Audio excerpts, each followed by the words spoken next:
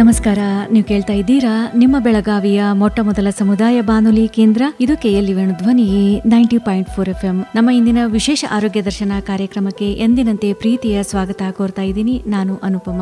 ಸ್ನೇಹಿತರೆ, ಇತ್ತೀಚಿನ ದಿನಗಳಲ್ಲಿ ಸಂತಾನೋತ್ಪತ್ತಿ ಸಮಸ್ಯೆ ಅನ್ನೋದು ಸಾಕಷ್ಟು ದಂಪತಿಗಳಲ್ಲಿ ಕಾಣಿಸ್ಕೊಳ್ತಾ ಇದೆ. ಹಾಗಾದ್ರೆ ಆಯುರ್ವೇದದಲ್ಲಿ ಬಂಜತನವನ್ನ ಹೇಗೆ ನೋಡಲಾಗುತ್ತೆ? ದಂಪತಿಗಳ ಜೀವನ ಶೈಲಿ, ಆಹಾರ ಪದ್ಧತಿ, ಮಾನಸಿಕ ಆರೋಗ್ಯ ಹಾಗೂ ಆಯುರ್ವೇದ ಚಿಕಿತ್ಸಾ ಪದ್ಧತಿಯ ಬಗ್ಗೆ ಮಾಹಿತಿಯನ್ನು ಹಂಚಿಕೊಳ್ಳಲು ನಮ್ಮೊಂದಿಗಿದ್ದಾರೆ ಶ್ರೀ BM ಕಂಕನವಾಡಿ ಆಯುರ್ವೇದ ಮಹಾವಿದ್ಯಾಲಯ ಮತ್ತು ಆಸ್ಪತ್ರೆಯ ಸೃಷ್ಟಿ ಫರ್ಟಿಲಿಟಿ ಸೆಂಟರ್ನ ಹೆಡ್ ಹಾಗೂ ಕಾಯ ಚಿಕಿತ್ಸಾ ಏವಂ ರಸಾಯನ ವಾಜೀಕರಣ ವಿಭಾಗದ ಸಹಾಯಕ ಪ್ರಾಧ್ಯಾಪಕರಾದಂತಹ ಡಾಕ್ಟರ್ ನಮ್ರತಾ ಬಾಗಾಜೆ ಅವರು. ಮೇಡಮ್ ನಮಸ್ತೆ, ಕಾರ್ಯಕ್ರಮಕ್ಕೆ ಸ್ವಾಗತ. ಧನ್ಯವಾದಗಳು. ಮೇಡಮ್, ಈಗ ಆಯುರ್ವೇದದ ಪ್ರಕಾರ ಸಂತಾನೋತ್ಪತ್ತಿ ಫರ್ಟಿಲಿಟಿ ಅಂದ್ರೆ ಏನು ಅಂತ?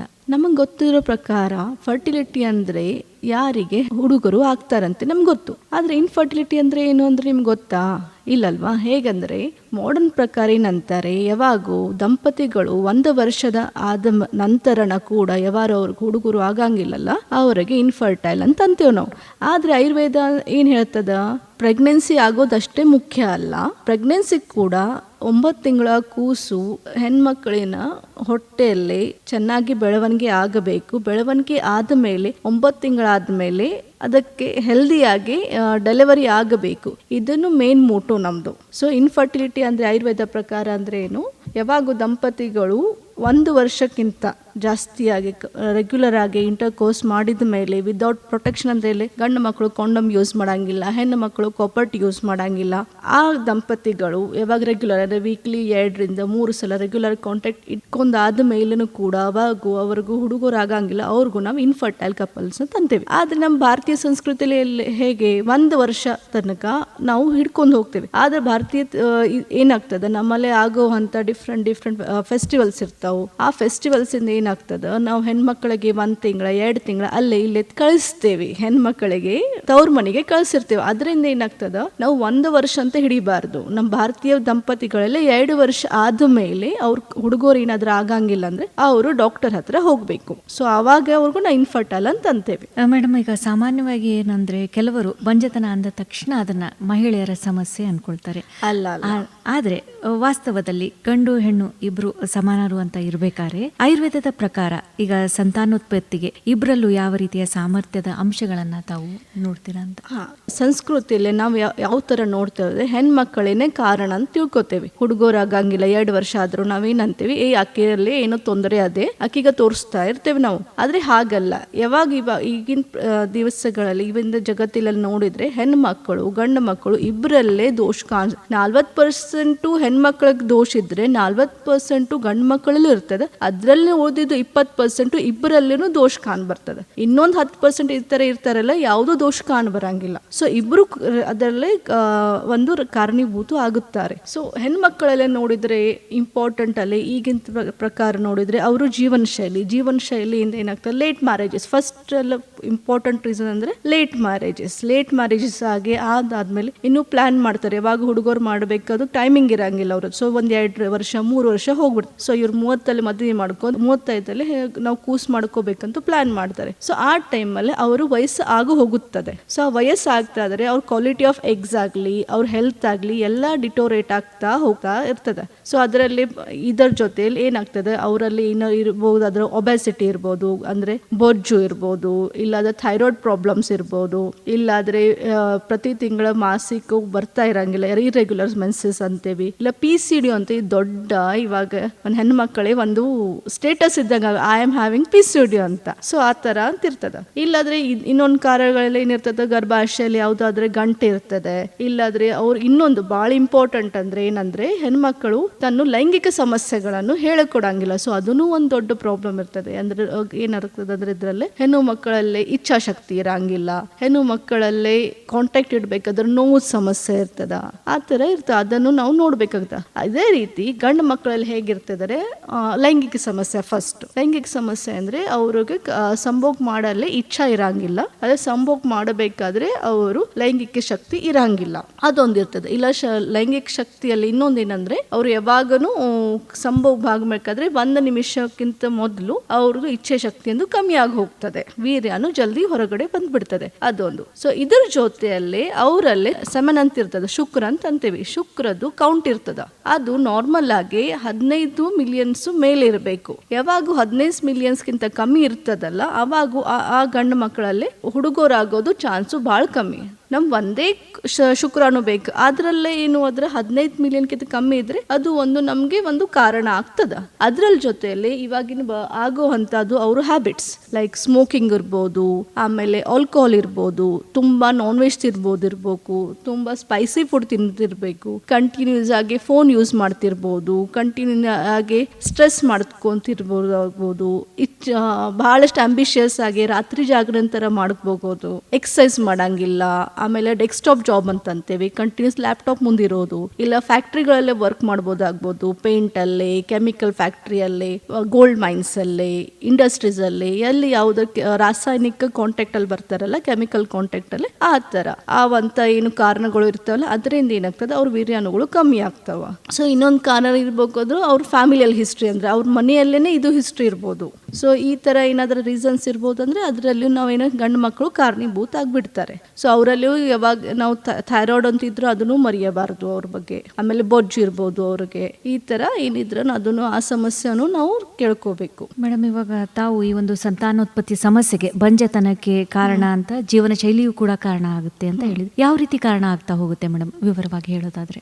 ಸೊ ಜೀವನ ಶೈಲಿ ಅಂದ್ರೆ ಹೇಗೆ, ನಾವು ಮೊದಲಿನ ಭಾರತೀಯ ಪದ್ಧತಿ ನೋಡಿದ್ರೆ ನಮ್ದು ಒಂದು ಜೀವನ ಶೈಲಿ ಇತ್ತು. ನಾವು ಹೆಣ್ಣು ಮಕ್ಕಳು ಹೊಲಕ್ಕೆ ಹೋಗೋದು, ಮುಂಜಾನೆ ಎಳೋದು, ಮನೆಯಲ್ಲಿ ಹಿಟ್ಟು ರುಬ್ಬೋದು ಆಗ್ಲಿ, ಮನೆಯಲ್ಲಿ ಸಗಣಿ ಸಾರಿಸೋದಾಗ್ಲಿ, ಮನೆಯನ್ನು ಸ್ವಚ್ಛಾಗಿ ಇಡೋದಾಗ್ಲಿ, ಆಮೇಲೆ ಕೈಯಲ್ಲಿ ಪಾತ್ರೆಗಳನ್ನು ತೊಳೆಯೋದು, ಕೈಗಳಿಂದನೇ ಅರವಿ ಬಟ್ಟೆಗಳನ್ನು ತೊಳೆಯೋದು, ಕೆಳಗ್ ಕುಂತು ಒರೆಸೋದು, ಇವೆಲ್ಲ ಇವು ಏನಾದ್ರೆ ನಾವು ಕಾರ್ಯಗಳು ಮಾಡ್ತಿದ್ವಲ್ಲ, ಅದರಿಂದ ಏನಾಗ್ತಿತ್ತು ಅಂದ್ರೆ ಹೆಣ್ಮಕ್ಕಳ ಶರೀರನ್ನು ಹೆಲ್ದಿಯಾಗಿ ಉಳಿತಿತ್ತು. ಬಟ್ ಇವಾಗ ನೋಡಿದ್ರೆ ಟೆಕ್ನಾಲಜಿ ಇಷ್ಟು ಜಾಸ್ತಿ ಆಗ್ಬಿಟ್ಟದ್ರೆ ನಮ್ಮ ಕೈಯಲ್ಲಿ ಈ ಸೈಡಲ್ಲೇ ನಮ್ದು ವ್ಯಾಕ್ಯೂಮ್ ಪಂಪ್ ಇರ್ಬೋದು, ಈ ಸೈಡಲ್ಲಿ ಒಂದು ಫ್ರಿಡ್ಜ್ ಇರ್ಬೋದು, ಈ ಸೈಡಲ್ಲಿ ಒಂದು ವಾಷಿಂಗ್ ಮಷಿನ್ ಇರ್ಬೋದು. ಇದರಿಂದ ಏನಾಗ್ತದೆ, ನಾವು ಮಾಡೋ ಅಂಥದ್ದು ಬಾಡಿಯಲ್ಲಿ ಆಗುವ ಮೂವ್ಮೆಂಟ್ಸ್, ಬೇಕಾಗುವಷ್ಟು ಎನರ್ಜಿ, ಬೇಕಾಗುವಷ್ಟೇ ಹಾರ್ಮೋನಲ್ ಪ್ರೊಡಕ್ಷನ್ಸ್, ಸೊ ಅವು ಆಗ್ತಾ ಇಲ್ಲ. ಅದರಿಂದ ಏನಾಗ್ತಾ ಇದೆ, PCOD ತರ ಇಶ್ಯೂಸ್ ಆಗಲಿ, ಹಾರ್ಮೋನಲ್ ಇಂಬ್ಯಾಲೆನ್ಸ್ ಆಗ್ತದ. ಆಮೇಲೆ ಇನ್ನೊಂದಂದ್ರೆ ನಾವು ಅಂಬಿಷಿಯಸ್ ಆಗ್ಬಿಟ್ಟೇವೆ, ಅಂಬಿಷಿಯಸ್ ಆಗ್ತಾ ಇದ್ದೇವಲ್ಲ, ಅದರಿಂದ ಏನಾಗ್ತದೆ ಡಿಲೇಡ್ ಮ್ಯಾರೇಜಸ್ ಆಗ್ತವೆ. ಸೊ ಡಿಲೇಡ್ ಮ್ಯಾರೇಜಸ್ ಇಂದ ಕ್ವಾಲಿಟಿ ಆಫ್ ಏನು ಬೇಬೀಸ್ ಆಗ್ತಾವೆ, ಅವು ಚೆನ್ನಾಗಿ ಆಗಂಗಿಲ್ಲ. ಸೊ ಅದರ್ವೈಸ್ ಏನಾಗ್ತದೆ, ಇನ್ನೊಂದೇನಂದ್ರೆ ಲೇಟ್ ಮ್ಯಾರೇಜಸ್ ಆಗ್ತವೆ. ಸೊ ಇದೊಂದು ರೀಸನ್. ಅದರ ಜೊತೆಯಲ್ಲೇ ಏನಾಗ್ತದೆ, ಇನ್ನೊಂದು ಆಹಾರ ಪದ್ಧತಿ. ಅಂದು ಮೊದಲಿನ ಆಹಾರ ಪದ್ಧತಿ ಅಂದ್ರೆ ನಾವೇ ಮಾಡ್ಕೊಂಡು ತಿಂತೇವೆ. ನಾವು ಈಗೇನ್ ಮಾಡ್ತೇವಿ, ಸ್ವಿಗ್ಗಿ ಮಾಡ್ಬಿಡ್ತೇವೆ. ಸ್ವಿಗ್ಗಿಯಲ್ಲಿ ಏನಿರ್ತದ, ನಿನ್ನಿಂದ ಮಾಡಿದ ಅಡಿಗೆ ಇವತ್ತು ಕೊಡ್ತಾರೆ. ಅವ್ರ ಇನ್ನೊಂದು ಫ್ರೈಡ್ ಫ್ರೂಟ್ಸ್ ಇರ್ತವೆ, ಲೈಕ್ ಮೈದಾ ಫ್ರೂಟ್ಸ್ ಆಗಲಿ, ವೆನೆಗಾರ್ ಫ್ರೂಟ್ಸ್ ಆಗಲಿ, ಜಾಸ್ತಿ ಫ್ಯಾಟಿ ಫ್ರೂಟ್ಸ್ ಆಗಲಿ, ಬಜ್ಜಿ ತಿನ್ನೋದಾಗ್ಲಿ, ವಡಾಪಾವ್ ತಿನ್ನೋದಾಗ್ಲಿ, ಈ ತರ ಏನಂತ ನಾವು ಫುಡ್ ತಿಂತೇವಲ್ಲ, ಅದ್ರಲ್ಲೇ ಜಾಸ್ತಿಯಾಗಿ ಟ್ರಾನ್ಸ್ ಫ್ಯಾಟ್ಸ್ ಇರ್ತವೆ. ಅದ್ರಿಂದ ಏನಾಗ್ತದೆ, ನಮ್ಮ ಶರೀರದಲ್ಲಿ ಬೆಳೋ ಅಂಥವು ನಾರ್ಮಲ್ ಹಾರ್ಮೋನ್ಸು ಚೆನ್ನಾಗಿ ಬೆಳೋಂಗಿಲ್ಲ. ಸೊ ನಾವು ವೆಯ್ಟ್ ಜಾಸ್ತಿ ಆಗೋದು, PCOD ಆಗೋದು, ಇಲ್ಲದ್ರೆ ಈಗ ತುಂಬಾ ಇಂಪಾರ್ಟೆಂಟ್ ಅಂದ್ರೆ ಎಂಡೋಮೆಟ್ರೋಸಿಸ್ ಅಂತ ಅಂತೀವಿ, ಅದೊಂದು ದೊಡ್ಡ ಕಾರಣ ಆಗಿಬಿಟ್ಟಿದೆ ನಮ್ಗೆ ಇವಾಗ ಇನ್ಫರ್ಟಿಲಿಟಿ ಆಗ್ಬೇಕಾದ್ರೆ. ಸೊ ಅಂತ ಒಂದು ಸಮಸ್ಯೆಗಳನ್ನು ನಾವು ಎದುರಿಸಬಾರ್ದಂದ್ರೆ, ಸೊ ನಾವು ಕರೆಕ್ಟ್ ಆಗಿ ಜೀವನ ಶೈಲಿ ಅಂದ್ರೆ ನಾವು ಮಾಡುವಂತ ಮನೆಯಲ್ಲಿ ಹೆಲ್ದಿ ಫುಡ್, ಮುಂಜಾನೆ ಅಡಿಗೆ ಮಾಡಿದ್ರೆ ಅದನ್ನೇ ಒಂದು 3 ಇಲ್ಲ 4 ತಾಸಲ್ಲಿ ಊಟ ಮಾಡ್ಬೇಕು. ನಾವು ಬಿಸಿ ಊಟ ಮಾಡ್ಬೇಕು. ರಾತ್ರಿ ಇಡೋ ಅನ್ನ ಮುಂಜಾನೆ ಒಗ್ಗರಣೆ ಹಾಕಿ ತಿನ್ಬಾರ್ದು, ಜಾಸ್ತಿ ಹುಳಿ ತಿನ್ಬಾರ್ದು. ಹುಳಿ ಅಂದ್ರೆ ನಮ್ಗೆ ಪ್ರತಿ ಸಲ ನಮಗೂ ಇದು ಬೇಕು, ಮೊಸರು ಬೇಕು,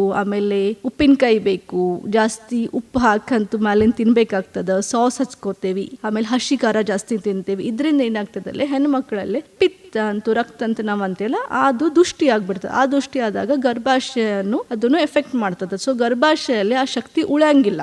ಯಾವ ತರ ಗರ್ಭಧಾರಣೆ ಮಾಡ್ಕೋಬೇಕಲ್ಲ, ಆ ಶಕ್ತಿ ಅದ್ರಲ್ಲಿ ಉಳಿಯಂಗಿಲ್ಲ. ಸೊ ಅದಕ್ಕೆ ನಿಂತ್ರ ಗರ್ಭನು ಅದನ್ನು ಗರ್ಭಸ್ರಾವ ಆಗಿ ಅಬೋಷನ್ ಆಗಿಬಿಡ್ತವೆ, ಇಲ್ಲದ ಗರ್ಭನೇ ನಿಂದ್ರಂಗಿಲ್ಲ. ಇದೊಂದು. ಸೊ ಅದ್ರಲ್ಲಿ ಏನು ಮಾಡ್ಬೇಕು, ನಾವು ಚೆನ್ನಾಗಿ ಹೆಲ್ದಿ ಫುಡ್ ತಿನ್ಕೋಬೇಕು. ಸೊ ಲೈಕ್ ಯಾವ ಫುಡ್ಸ್ ಅಂದರೆ ಹೆಲ್ದಿ ಅಂದರೆ ನಮ್ಮ ಫಸ್ಟ್ ಇಂಪಾರ್ಟೆಂಟ್ ಅಂದರೆ ನಾವು ತುಪ್ಪ ಮರ್ತಾ ಹೋಗ್ಬಿಟ್ಟೇವೆ. ತುಪ್ಪ ಫಸ್ಟು. ತುಪ್ಪ ಇದ್ದರೆ ನಮ್ಮದು ಗರ್ಭಾಶಯ ಆಗಲಿ, ಓಜ ಆಗಲಿ, ನಮ್ಮ ಸ್ನೇಹ ಆಗಲಿ, ನಮ್ಮ ಮನಸ್ಸಾಗಲಿ, ನಮ್ಮ ಬುದ್ಧಿ ಆಗಲಿ, ಇಂದ್ರಿಯಗಳು ಆಗಲಿ ನಾವು ಹೆಲ್ದಿಯಾಗಿ ಉಳಿದು ಬಿಡ್ತೇವೆ. ಸೊ ಅದು ಹೆಲ್ದಿ ಇದ್ದರೆ ನಾವು ಮಾಡೋ ಅಂಥ ಯಾವುದೋ ಕಾರ್ಯಗಳು ಚಲೋ ಆಗ್ತಾವೆ. ಸೊ ಕಾರ್ಯ ಆಗಲಿ, ನಮ್ಮದು ಆಫೀಸ್ ಕಾರ್ಯ ಆಗಲಿ, ಇಲ್ಲಾಂದ್ರೆ ನಮ್ಮ ದೊಡ್ಡದಾಗೆ ನಮ್ಗೇನು ಕೂಸು ಬೇಕಂತೂ ನಾವೇನು ಸಂಭೋಗ ಮಾಡುವಂಥ ಕಾರ್ಯ ಇರ್ತದ, ಯಾವುದು ತರ ನಾವು ಪ್ಲಾನಿಂಗ್ ಮಾಡ್ತಾ ಇದ್ದೇವೆ ಅದನ್ನು ಕೂಡ ಸಕ್ಸಸ್ ಆಗ್ತದ. ಫಸ್ಟ್ ಅಂದ್ರೆ ಘೃತ ತಗೋಬೇಕು. ಘೃತ ಅಂದ್ರೆ ಅದು ಒಂದು ಹೆಲ್ದಿ ಫುಡ್. ಅದು ಫಸ್ಟ್ ನಾವು ಆಯಿಲ್ಗಿಂತ ಘೃತವನ್ನು ಯೂಸ್ ಮಾಡ್ಕೊ. ಘೃತ ಅಂದರೆ ತುಪ್ಪ, ಆಕಳ ತುಪ್ಪ ತಗೊಂಡ್ರೆ ತುಂಬ ಚಲೋ ಅದಕ್ಕೆ ಎಮ್ಮಿಗಿಂತ.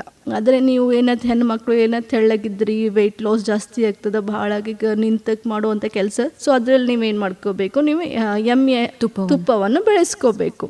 ಆಮೇಲೆ ಹಾಲು ವೆರಿ ಇಂಪಾರ್ಟೆಂಟ್, ಹಾಲನ್ನು ತಗೋಬೇಕು ನಾವು. ಅದ್ರ ಜೊತೆ ಮಾಡಿ ಅಂತ ಮನೆಯಲ್ಲೇ ಮಾಡುವಂಥ ನಾವು ಚಪಾತಿ, ಗೋಧಿ ಇದನ್ನು ಜಾಸ್ತಿ ಯೂಸ್ ಮಾಡ್ಕೋಬೇಕು. ಬಾರ್ಲಿ ಅಂತೇವಿ, ಇದನ್ನು ಯೂಸ್ ಮಾಡ್ಕೋಬೇಕು. ಆಮೇಲೆ ಎಲ್ಲ ಥರದ ತರಕಾರಿಗಳನ್ನು ಯೂಸ್ ಮಾಡ್ಕೋಬೇಕು. ಅದನ್ನು ಕೂಡ ಯಾವಾಗ ಫ್ರೆಶ್ ತಂದು ಕೊಡಿ, ಇವತ್ತು ಮುಂಜಾನೆ ತೊಗೊಂಬರಿ, ಮಧ್ಯಾಹ್ನಲ್ಲಿ ಮಾಡಿ, ಇವತ್ತು ಸಂಜೆಗೆ ತೊಗೊಂಬರ್ರಿ, ನಾ ಮುಂಜಾನೆ ಮಾಡಿ ತಂದು ಫ್ರಿಡ್ಜಲ್ಲಿ ಇಟ್ಟೆ 4 ದಿವಸ ಆದಮೇಲೆ ಅದನ್ನು ಬೆಳೆಸಬಾರ್ದು. ಅದರಿಂದ ಏನಾಗ್ತದೆ, ನಮ್ಮ ಶರೀರಲ್ಲಿ ಕೂಡ ಅದೇ ಥರ ಒಂದು ಬೊಜ್ಜಂತೂ ರೆಡಿ ಆಗಿರ್ತದೆ. ಸೊ ಆ ಶರೀರಲ್ಲಿ ಇಶ್ಯೂಸ್ ಆಗಿಬಿಡ್ತವೆ. ಸೊ ಅದು ಒಂದು ರೀಸನ್ ಆಗಿಬಿಡ್ತದೆ. ಸೊ ಈಗ ಇತ್ತೀಚೆಗೆ ನಾವು ಯೂಸ್ ಮಾಡೋದು ನಾನ್ ಸ್ಟಿಕ್ ಕೂಡ ಒಂದು ರೀಸನ್ ನಮಗೆ.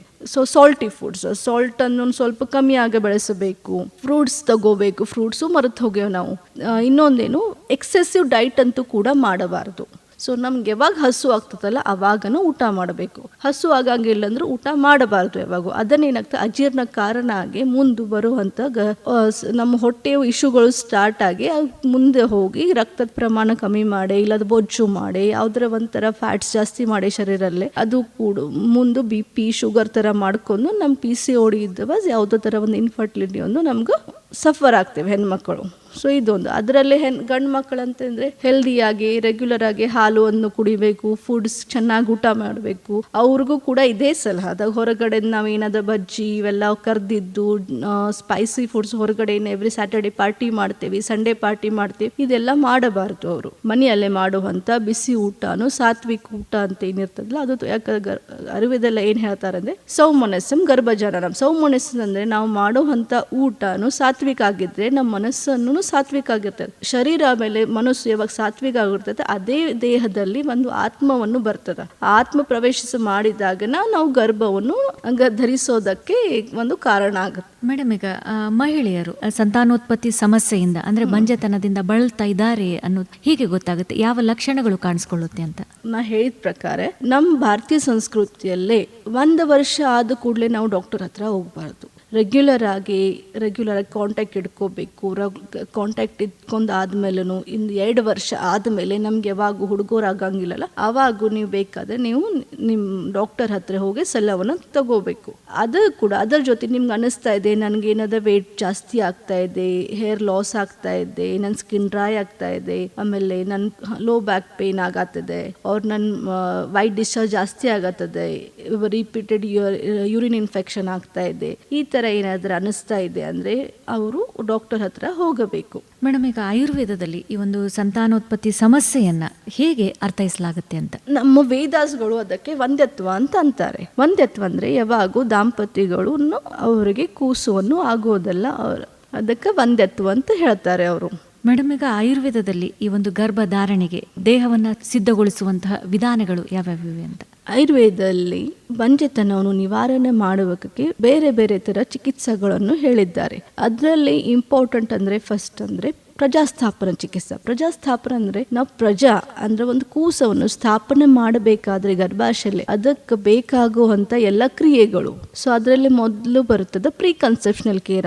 ಅಂದರೆ ದಂಪತಿ ಪ್ಲಾನ್ ಮಾಡ್ತಾ ಇದ್ದೆ, ಈಗ 3 ತಿಂಗಳಾದ್ಮೇಲೆ ನಮಗೂ ಪ್ಲಾನ್ ಮಾಡೋದದ ಅಂತೆ. ಅಂದರೆ ಕಾಂಟ್ಯಾಕ್ಟ್ ಇಟ್ಕೊಂಡು ಒಂದು ಕೂಸವನ್ನು ಪ್ರೆಗ್ನೆನ್ಸಿ ಪಾಸಿಟಿವ್ ಬರಬೇಕಂತ ಮಾಡುವಂಥ ಕ್ರಿಯೆ, ಅದು 3 ತಿಂಗಳ ಮೊದಲು ನಾವು ಪ್ಲಾನ್ ಮಾಡಬೇಕಾಗ್ತದೆ. ಸೊ ಅದರ ಪ್ರೀ ಕನ್ಸೆಪ್ಷನಲ್ ಕೇರ್ ಅಂದ್ರೆ ಏನು, 3 ತಿಂಗಳಲ್ಲಿ ನಾವು ಶರೀರವನ್ನು ಶುದ್ಧಗೊಳಿಸಿ ಆ ಸ್ತ್ರೀ ಬೀಜ ಮತ್ತೆ ಪುರುಷ ಬೀಜಗಳನ್ನು ಶುದ್ಧಗೊಳಿಸ್ತೇವೆ. ಸೊ ಅದ್ರಿಂದ ಏನಾಗ್ತದೆ, ಶುಕ್ರ ಮತ್ತು ಸ್ತ್ರೀ ಬೀಜ ಚಲೋ ಕ್ವಾಲಿಟಿಯಲ್ಲೇ ಡೆವಲಪ್ ಆಗ್ತದೆ. ಅಂದರೆ ಎಗ್ ಆಮೇಲೆ ಮೇಲ್ ಸ್ಪರ್ಮ್ಸ್ ಏನಂತ ಚಲೋ ಕ್ವಾಲಿಟಿಯಲ್ಲಿ ಡೆವಲಪ್ಮೆಂಟ್ ಆಗ್ತದೆ. ಸೊ ಅದಕ್ಕೆ ಏನು ಮಾಡ್ತೇವೆ, ವಮನ ವಿರೇಚನ ಅಂತೂ ಪಂಚಕರ್ಮಗಳು ಅಂತ ಇರ್ತಾವ. ಸೊ ಯಾವ ಪ್ರಕೃತಿ ಯಾವ ಹೆಣ್ಣಿಂದ ಇದು, ಯಾವ ಪ್ರಕೃತಿ ಆ ಗಂಡು ಮಕ್ಕಳದೈತಿ, ಆ ಥರ ನೋಡಿ ಅವ್ರಿಗೆ ಒಂದು ಶೋಧನೆ ಕೊಟ್ಟಿರ್ತೇವೆ. ಆಮೇಲೆ ಶರೀರ ಶುದ್ಧಿ ಆದಮೇಲೆ ಗರ್ಭಾಶಯ ಶುದ್ಧಿ ಅಂತ ಇರ್ತದೆ. ಸೊ ಇಬ್ಬರಿಗೂ ಹೆಣ್ಮಕ್ಕಳು ಆಸ್ ವೆಲ್ ಆಸ್ ಗಂಡು ಮಕ್ಕಳು ಇಬ್ಬರಿಗೂ ಒಂದು ಉತ್ತರ ಬಸ್ತಿ ಅಂತೂ ಬಹಳ ಇಂಪಾರ್ಟೆಂಟ್ ಪ್ರೊಸೀಜರ್ ಮಾಡ್ಬೇಕಾಗ್ತದ.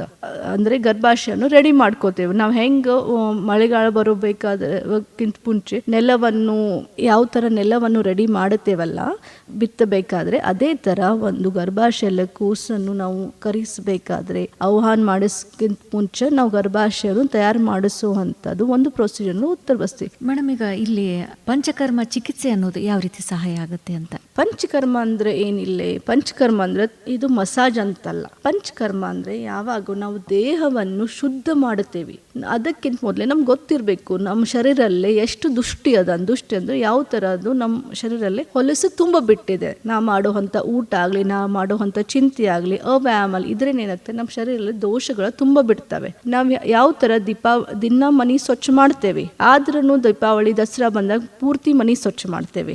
ಎಲ್ಲ ಯಾವ ತುದಿಯಲ್ಲಿ, ಯಾವ ಕಾರ್ನರ್ಸ್ಗಳಲ್ಲಿ, ಯಾವ ರೂಮ್ಸ್ ಆಗಲಿ ಎಲ್ಲ ಕಾರ್ನರ್ಸ್ ಸ್ವಚ್ಛ ಮಾಡ್ತೇವೆ. ಅದೇ ಥರ ನಾವು ಡೈಲಿ ಸ್ನಾನ ಮಾಡ್ತೇವೆ, ಡೈಲಿ ಉಪವಾಸ ಮಾಡ್ತೇವೆ ತಿಂಗಳ ಅದರಲ್ಲಿ ಏನಾಗ್ತದೆ ಬಾಡಿ ಶುದ್ಧ ಇರ್ತದೆ. ಅದೇ ಡೇ ಟು ಡೇ ಜಾಸ್ತಿ ಮಾಡೋವಂಥ ನಾವು ಆಹಾರ ವಿಹಾರದಿಂದ ದೋಷಗಳನ್ನು ಶರೀರದಲ್ಲಿ ಜಾಸ್ತಿ ಆಗ್ತದೆ. ಅವಾಗ ನಾವು ಏನು ಮಾಡ್ತೇವೆ, ಇದು ಜಸ್ಟ್ ಒಂದು ಮೆಡಿಸಿನ್ ಇಂದ ಕಮ್ಮಿ ಆಗಿಲ್ಲ. ಸೊ ಅದಕ್ಕೆ ನಾವು ಮಾಡುವಂಥ ಅದೇನು ಪ್ರೊಸೀಜರ್ ಅದಲ್ಲ, ಅದಕ್ಕೆ ನಾವು ಪಂಚಕರ್ಮ ಅಂತೇವೆ. ಸೊ ಅದರಲ್ಲೇ ವಮನ ಮತ್ತು ವಿರೇಚನ ಅಂತ 2 ಪ್ರೊಸೀಜರ್ ಇರ್ತಾವೆ. ಕಫ ದುಷ್ಟಿ ಮತ್ತು ಪಿತ್ತ ದುಷ್ಟಿ ಅಂತ 2 ದೋಷಗಳನ್ನು ಯಾವಾಗ ದುಷ್ಟಿ ಆಗ್ತಾವಲ್ಲ ಅದಕ್ಕೆ ತೆಗಿಬೇಕಾದ್ರೆ ನಮ್ಗೆ ವಮನ ಮತ್ತು ವಿರೇಚನ ಅಂತ ಒಂದು ಪ್ರೊಸೀಜರ್ ಮಾಡಿ, ಅದರ ಜೊತೆ ಬಸ್ತಿ ಅಂತ ಇನ್ನೊಂದು ಟ್ರೀಟ್ಮೆಂಟ್ ಇರ್ತದೆ. ಬಸ್ತಿ, ನಸ್ಯ, ಶಿರೋಧಾರ ಅಂತೆ. ಈ ತರ ನಾವು ಬೇರೆ ಬೇರೆ ಪ್ರೊಸೀಜರ್ಸ್ಗಳನ್ನು ಮಾಡಿ ಪಂಚಕರ್ಮವನ್ನು ಮಾಡುತ್ತೇವೆ ಶರೀರ ಶುದ್ಧಿಗೋಸ್ಕರ.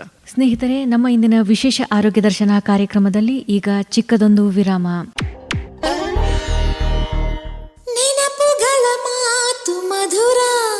ಬೆಳಗಾವಿನ ಫಸ್ಟ್ ಕಮ್ಯುನಿಟಿ ಸ್ಟೇಷನ್ ಆದ ವೇಣುಧ್ವನಿ 90.4 FM ಶುಭವಾಗಲಿ. ನಾನು ರಮೇಶ್ ಅರವಿಂದ್ ಮಾತಾಡ್ತಾ ಇದ್ದೀನಿ. ಪ್ರತಿಯೊಬ್ಬ ಕೇಳುಗರಿಗೂ ನನ್ನ ನಮಸ್ಕಾರಗಳು. ನೆನಪುಗಳ ಮಾತು ಮಧುರ. KLE ಕ್ಯಾನ್ಸರ್ ಹಾಸ್ಪಿಟಲ್ ಬೆಳಗಾವಿ ಪ್ರಪ್ರಥಮ ಬಾರಿಗೆ ಉತ್ತರ ಕರ್ನಾಟಕದ ಬೆಳಗಾವಿಯಲ್ಲಿ ಅತ್ಯಂತ ಅನುಭವಿ ಹಾಗೂ ನುರಿತ ವೈದ್ಯರ ತಂಡ, ಅತ್ಯಾಧುನಿಕ ಮತ್ತು ಸುಸಜ್ಜಿತ ಯಂತ್ರೋಪಕರಣಗಳೊಂದಿಗೆ. KLE cancer hospital, KLE's doctor Prabhakar Kore hospital and MRC ಹಿಂಭಾಗದಲ್ಲಿ, ನೆಹರು ನಗರ್, ಬೆಳಗಾವಿ. ಆರೋಗ್ಯಕ್ಕೆ ಹೊಸ ಜೀವ. ಕ್ಯಾನ್ಸರ್ ಪೀಡಿತರಿಗೆ ಆಶಾ ಕಿರಣವಾದ KLE ಕ್ಯಾನ್ಸರ್ ಹಾಸ್ಪಿಟಲ್ ಬೆಳಗಾವಿ. ಮೂಲ ಸೌಲಭ್ಯಗಳು: KLE ಕ್ಯಾನ್ಸರ್ ಹಾಸ್ಪಿಟಲ್ ಬೆಳಗಾವಿಯಲ್ಲಿ ಸ್ತನ ಕ್ಯಾನ್ಸರ್, ರಕ್ತ ಕ್ಯಾನ್ಸರ್, ಅನ್ನನಾಳ ಕ್ಯಾನ್ಸರ್, ಶ್ವಾಸಕೋಶ ಕ್ಯಾನ್ಸರ್ ಮತ್ತು ಎಲ್ಲಾ ತರಹದ ಕ್ಯಾನ್ಸರ್ ರೋಗಕ್ಕೆ ಅತ್ಯಾಧುನಿಕ ರೋಬೋಟಿಕ್ ಶಸ್ತ್ರಚಿಕಿತ್ಸೆ. BMT ಅತಿ ಶೀಘ್ರದಲ್ಲಿ ಪ್ರಾರಂಭವಾಗಲಿದೆ. ಕೀಮೋಥೆರಪಿ ಮತ್ತು ರೇಡಿಯೋಥೆರಪಿ ಲಭ್ಯವಿದೆ. ವಿಳಾಸ: KLE cancer hospital, KLE's doctor Prabhakar Kore hospital ಮತ್ತು MRC ಹಿಂಭಾಗದಲ್ಲಿ, ನೆಹರು ನಗರ, ಬೆಳಗಾವಿ. ಹೆಚ್ಚಿನ ಮಾಹಿತಿಗಾಗಿ ಸಂಪರ್ಕಿಸಿ. ದೂರವಾಣಿ ಸಂಖ್ಯೆ 0831255500 ಮತ್ತು 247377. ಮೊಬೈಲ್ ಸಂಖ್ಯೆ 6360712326 or just dial 1099. ಇಂದೇ ಭೇಟಿ ನೀಡಿ KLE ಕ್ಯಾನ್ಸರ್ ಹಾಸ್ಪಿಟಲ್ ಬೆಳಗಾವಿ. ಧ್ವನಿ ಧ್ವನಿ ಇದು ನಮ್ಮ ಧ್ವನಿ.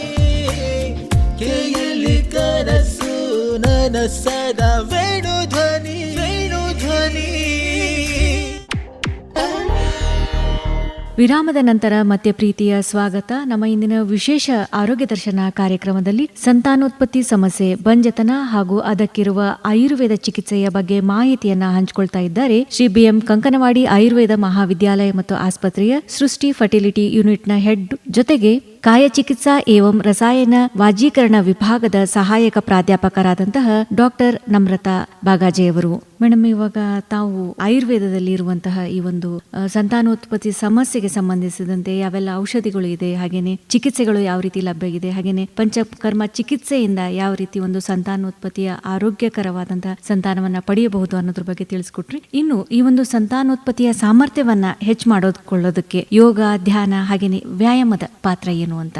ಯೋಗ, ದಿನಚರ್ಯ, ಆಮೇಲೆ ನಮ್ಮ ಋತುಚರ್ಯ, ಆಹಾರಚರ್ಯ, ಇದು ನಾವು ಹೇಗೆ ಡೈಲಿ ನಮ್ಮ ರುಟೀನ್ ಮಾಡ್ಕೋತೇವಲ್ಲ ಅದೇ ತರ ಫಾಲೋ ಮಾಡೋ ಅಂಥದ್ದು ಪ್ರೊಸೀಜರ್ಸ್ಗಳು. ದಿನಚರ್ಯ ಅಂದ್ರೆ ನಾವು ಮುಂಜಾನೆ ಎದ್ದು ರಾತ್ರಿವರೆಗೆ ಯಾವ ತರ ಒಂದು ನಮ್ದು ಬಿಹೇವಿಯರ್ ಇಡಬೇಕು, ಯಾವ ತರ ರೂಲ್ಸ್ ಅಂಡ್ ರೆಗ್ಯುಲೇಷನ್ಸ್ ಫಾಲೋ ಮಾಡಬೇಕು. ಸೊ ಮುಂಜಾನೆ ಜಲ್ದಿ ಏಳ್ಬೇಕು, ಬ್ರಾಹ್ಮಿ ಮುಹೂರ್ತ ಅಂತ ಅಂತೇವಿ. ಸೊ 6:30 ಒಳಗೆ ನಾವು ಏಳ್ಬೇಕು. ಆಮೇಲೆ ಕರೆಕ್ಟ್ ಆಗಿ ನಮ್ಮ ಶೌಚಗಳನ್ನು ಸ್ವಚ್ಛಾಗಿ ಆಗಬೇಕು. ಯೋಗ ಅಂದ್ರೆ ಯೋಗದಿಂದ ಏನಾಗ್ತದೆ, ಶರೀರ ಆಮೇಲೆ ಮನಸ್ಸನ್ನು ಕೂಡಿಕೊಳ್ಳುತ್ತವೆ. ನಾವು ಯೋಗ ಅಂದ್ರೆ ಶರೀರನ್ನು ಆಕ್ಟಿವೇಟ್ ಮಾಡುವಂತ ಒಂದು ಪದ್ಧತಿ. ಪ್ರಾಣಾಯಾಮ ಅಂದ್ರೆ ಇದರಲ್ಲಿ ನಾವು ಮನಸ್ಸನ್ನು ರೆಗ್ಯುಲರೈಸ್ ಮಾಡ್ಕೋಬೇಕಂತ ಒಂದು ಆಕ್ಟಿವಿಟಿ. ಸೊ ಯೋಗ ಇಂದ ಏನಾಗ್ತದೆ ಅಂದ್ರೆ ನಮ್ಮ ಶರೀರದಲ್ಲಿ ಬೇಕಾಗುವಂತ ರಕ್ತ ಸಂಚಾಲನೆ, ಆಮೇಲೆ ಪ್ರಾಪರ್ ಆಗಿ ಹಾರ್ಮೋನಲ್ ಫಂಕ್ಷನಿಂಗ್, ಹಾರ್ಮೋನ್ ನಾರ್ಮಲ್ ಆಗಿ ಸಿಕ್ರೆಟ್ ಆಗುವಂತ ಒಂದು ಕ್ರಿಯೆ ಇರ್ತದೆ, ಅದನ್ನು ನಾರ್ಮಲ್ ಆಗಿ ಇಟ್ಕೋಬೇಕಾದ್ರೆ ನಾವು ರೆಗ್ಯುಲರ್ ಆಗಿ ಯೋಗ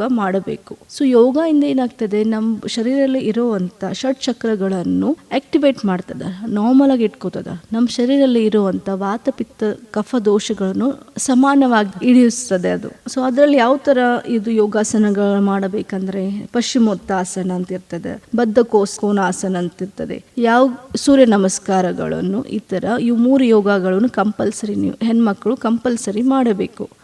ಸೂರ್ಯ ನಮಸ್ಕಾರ ಗಂಡು ಮಕ್ಕಳು ಆಗಲಿ ಹೆಣ್ಮಕ್ಳಾಗ್ಲಿ ಇಬ್ರು ಮಾಡಬೇಕು. ಸೊ ಪ್ರಾಣಾಯಾಮ ಅಲ್ಲೇ ನಾಡಿ ಶೋಧನ ಅಂತ ಇರ್ತೇವೆ, ನಾಡಿ ಶೋಧನ ಮಾಡಬೇಕು, ಭ್ರಮರಿ ಮಾಡಬೇಕು, ಕಪಾಲಭಾತಿ ಮಾಡೋದು. ಇದರಿಂದ ಏನಾಗ್ತದೆ, ಶರೀರಲ್ಲೇ ಬರುವಂಥದ್ದು ವಾಯು ಸ್ವಚ್ಛ ಆಗಿರ್ತದೆ, ಆಕ್ಸಿಜನ್ ಕಂಟೆಂಟ್ ಜಾಸ್ತಿ. ಸೊ ಅದರಿಂದ ಏನಾಗ್ತದೆ, ಶರೀರದಲ್ಲಿ ಯಾವುದೇ ತರ ಇನ್ಫ್ಲಾಮೇಷನ್ ಅಂದ್ರೆ ಬಾವಿ ಇರ್ತದೆ ಅಲ್ಲ, ಅದು ಕಮ್ಮಿಯಾಗಿ ನಮ್ಮ ಬಾಡಿ ಸೆಲ್ಫ್ ಹೀಲ್ ಆಗ್ತದೆ. ಸೊ ನಮ್ ಜಾಸ್ತಿ ಔಷಧ ನೆಸೆಸಿಟಿ ಇಲ್ಲಿ ಬರಂಗಿಲ್ಲ. ಸೊ ಅದಕ್ಕೆ ನಾವು ಪ್ರಾಣಾಯಾಮ ರೆಗ್ಯುಲರ್ ಆಗಿ ಮಾಡಬೇಕು. ಅದರ ಜೊತೆ ಅದು ನಮ್ಮ ಮಾನಸಿಕ ಸ್ವಾಸ್ಥ್ಯವನ್ನು ಸ್ಥಾಪನೆ ಮಾಡುತ್ತದೆ. ಕಾರ್ಟಿಸೋಲ್ ಲೆವೆಲ್ಸ್ ನಮ್ಮಲ್ಲಿ ಏನಿರ್ತದಲ್ಲ ಅದು ಕಮ್ಮಿ ಮಾಡುತ್ತದೆ. ಮೇಡಮ್, ಈಗ ಗರ್ಭಧಾರಣೆ ಯೋಜನೆ ಅಂದ್ರೆ ಮಗುವನ್ನ ಪಡಿಬೇಕು ಅಂತ ನಿರ್ಧರಿಸಿದಂತಹ ದಂಪತಿಗಳು ಯಾವ ಒಂದು ಮುನ್ನೆಚ್ಚರಿಕಾ ಕ್ರಮಗಳನ್ನ ಅನುಸರಿಸಬೇಕು ಅಂತ ಆಯುರ್ವೇದದ ಪ್ರಕಾರ?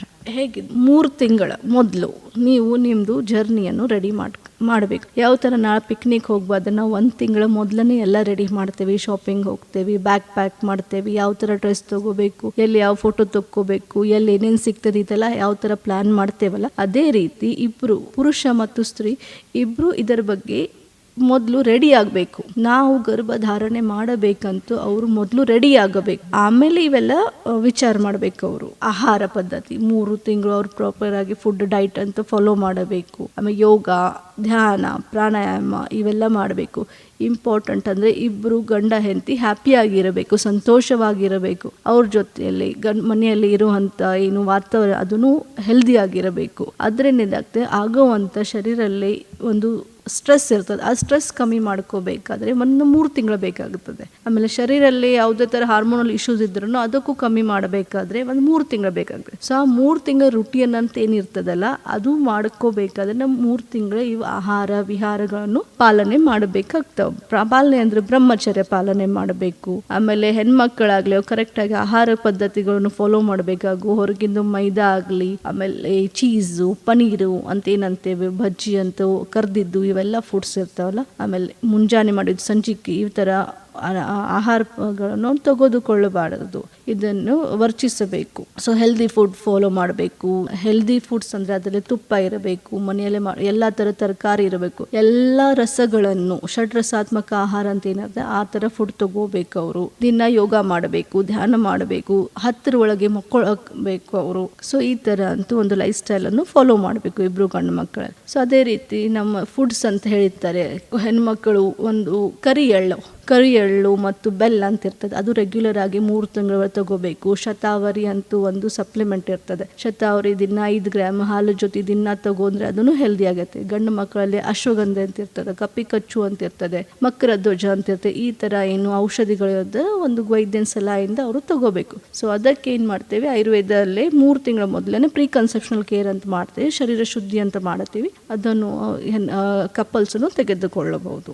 ಸಂತಾನೋತ್ಪತ್ತಿಗಾಗಿ ಒಂದು ಚಿಕಿತ್ಸೆಯನ್ನ ಪಡೆಯುತ್ತಿರುವಂತಹ ದಂಪತಿಗಳಿಗೆ ಅವರ ಒಂದು ಮಾನಸಿಕವಾಗಿ ಅವರು ಧೈರ್ಯವನ್ನ ತುಂಬಬೇಕು ಅನ್ನೋದಾದ್ರೆ ಯಾವ ರೀತಿ ಧೈರ್ಯವನ್ನ ತುಂಬಬೇಕು ಅಂತ? ಯಾವುದೋ ಒಂದು ಟ್ರೀಟ್ಮೆಂಟ್ ಮಾಡ್ಕೋತೀವಲ್ಲ, ಅವರು 3 ತಿಂಗಳವರೆಗೆ ಕಾಯಬೇಕು. ಇವತ್ತೇ ಟ್ರೀಟ್ಮೆಂಟ್ ಸ್ಟಾರ್ಟ್ ಮಾಡಿ ಇದೇ ತಿಂಗಳಲ್ಲೇ ನಿಮಗೂ ಗರ್ಭಧಾರಣ ಆಗ್ತಂತೂ ಅದರದ್ದು ಆಶಾ ಪಡಬಾರ್ದು. ಸೊ 3 ತಿಂಗಳ ವೆಯ್ಟ್ ಮಾಡಬೇಕು. 3 ತಿಂಗಳು ಅವ್ರು ಯಾವ ಡಾಕ್ಟರ್ ಯಾವ ತರ ಮೆಡಿಸಿನ್ ಕೊಟ್ಟಿರ್ತಾರೆ ಅದನ್ನು ಫಾಲೋ ಮಾಡಬೇಕು.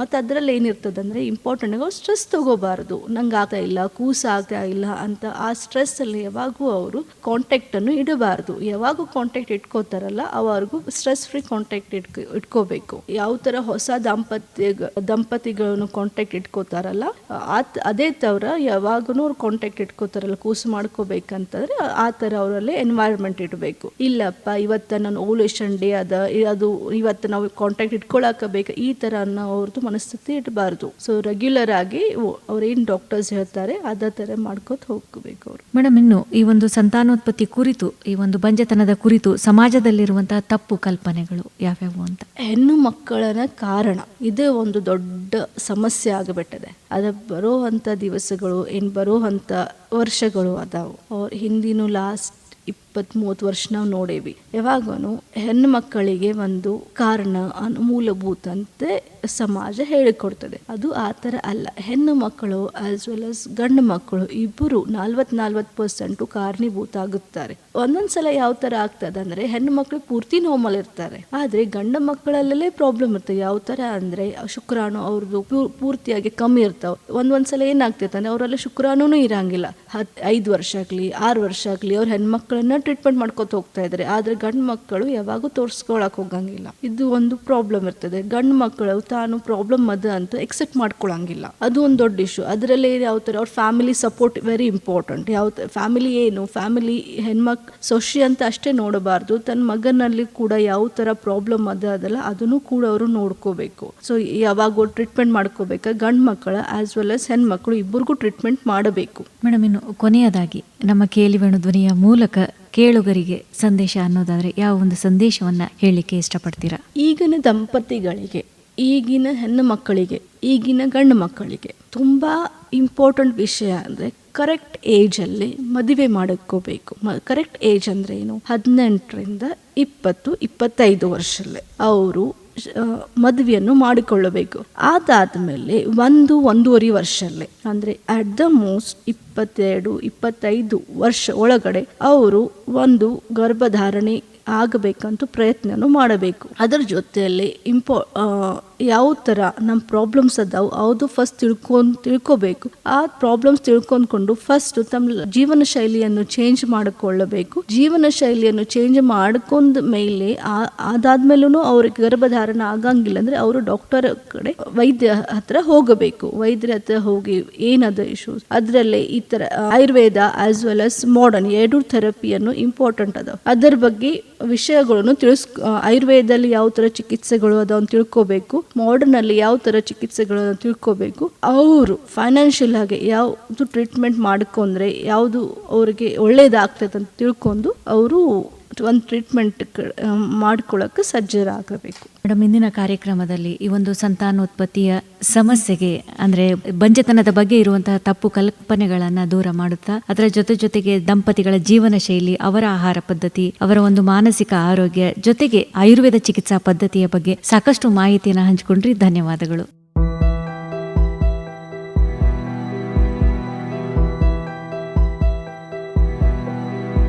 ಸ್ನೇಹಿತರೆ, ಇದಾಗಿತ್ತು ನಮ್ಮ ಇಂದಿನ ವಿಶೇಷ ಕಾರ್ಯಕ್ರಮದಲ್ಲಿ ನಮ್ಮೊಂದಿಗಿದ್ದಂತಹ ಅತಿಥಿಗಳು ಶ್ರೀ BM ಕಂಕನವಾಡಿ ಆಯುರ್ವೇದ ಮಹಾವಿದ್ಯಾಲಯ ಮತ್ತು ಆಸ್ಪತ್ರೆಯ ಸೃಷ್ಟಿ ಫರ್ಟಿಲಿಟಿ ಯೂನಿಟ್ನ ಹೆಡ್ ಜೊತೆಗೆ ಕಾಯ ಚಿಕಿತ್ಸಾ ಏವಂ ರಸಾಯನ ವಾಜೀಕರಣ ವಿಭಾಗದ ಸಹಾಯಕ ಪ್ರಾಧ್ಯಾಪಕರಾದಂತಹ ಡಾಕ್ಟರ್ ನಮ್ರತಾ ಬಾಗಜಿಯವರು.